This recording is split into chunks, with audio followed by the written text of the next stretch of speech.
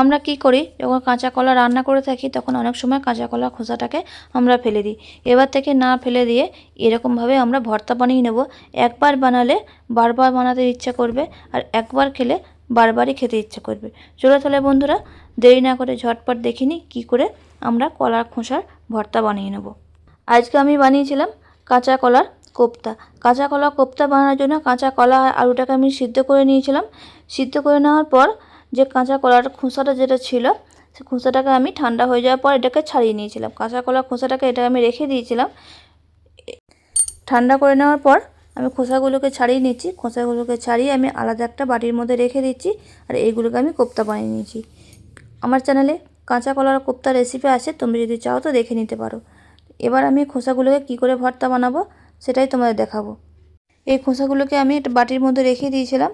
বাটির মধ্যে দেখো এই খোসাগুলোকে। এবার আমি কি করেছি, ওই খোসাগুলোকে আমি এখানে একটা পেস্ট বানিয়ে নেবো। তার জন্য নিয়ে নিয়েছি 2টো কাঁচা লঙ্কা, 4 থেকে 5টা মতো আমি নিয়ে নিয়েছি রসুন, সামান্য পরিমাণ নুন, আর খুব সামান্য পরিমাণ আমি এখানে দিয়ে দিলাম হলুদ। আর এবার আমি এর মধ্যে দিয়ে দিয়েছি 1 চামচ মতন এখানে সর্ষের তেল, আর অল্প করে আমি এখানে জলটা একদমই বেশি দেওয়া যাবে না, খুব কম করে জলটাকে এখানে দিতে হবে। এবার আমি কড়াই বসিয়ে দিয়েছি। কড়াইটাকে এখানে গরম করে নেওয়ার পর সর্ষের তেল দিচ্ছি। সর্ষের তেলটা এখানে গরম হয়ে গেছে। এবার আমি এর মধ্যে দিয়ে দিয়েছি সামান্য পরিমাণ জিরে। এবার আমি এখানে দিয়েছি একটা ছোট সাইজের পেঁয়াজ, আমি এখানে দিয়ে দিয়েছি তেলের মধ্যে। এবার আমি এখানে ভালো করে ভেজে নেব লাল লাল করে। পেঁয়াজটার মধ্যে দিয়ে দিলাম অল্প করে নুন। এবার আমি এটাকে ভেজে নিচ্ছি। এবার থেকে আমরা একদমই কলার খোসা আর ফেলে দেবো না, এইভাবে রান্না করে নেবো। দেখবে গরম ভাতের সাথে দারুণ লাগবে খেতে। এবার আমি এর মধ্যে দিয়ে দিচ্ছি 1/2 চামচ মতো নুন আর হলুদ দিয়ে পেঁয়াজটাকে ভালো করে লাল লাল করে ভেজে নিচ্ছি। যখন পেঁয়াজটাকে এখানে ভেজে নেওয়া হয়ে যাবে, তখন আমি যে পেস্টটা বানিয়ে রেখেছিলাম সেই পেস্টটা এবার আমি এর মধ্যে দিয়ে দেবো। এবার আমি অল্প করে পেস্টটাকে এখানে আমি দিয়ে দিচ্ছি।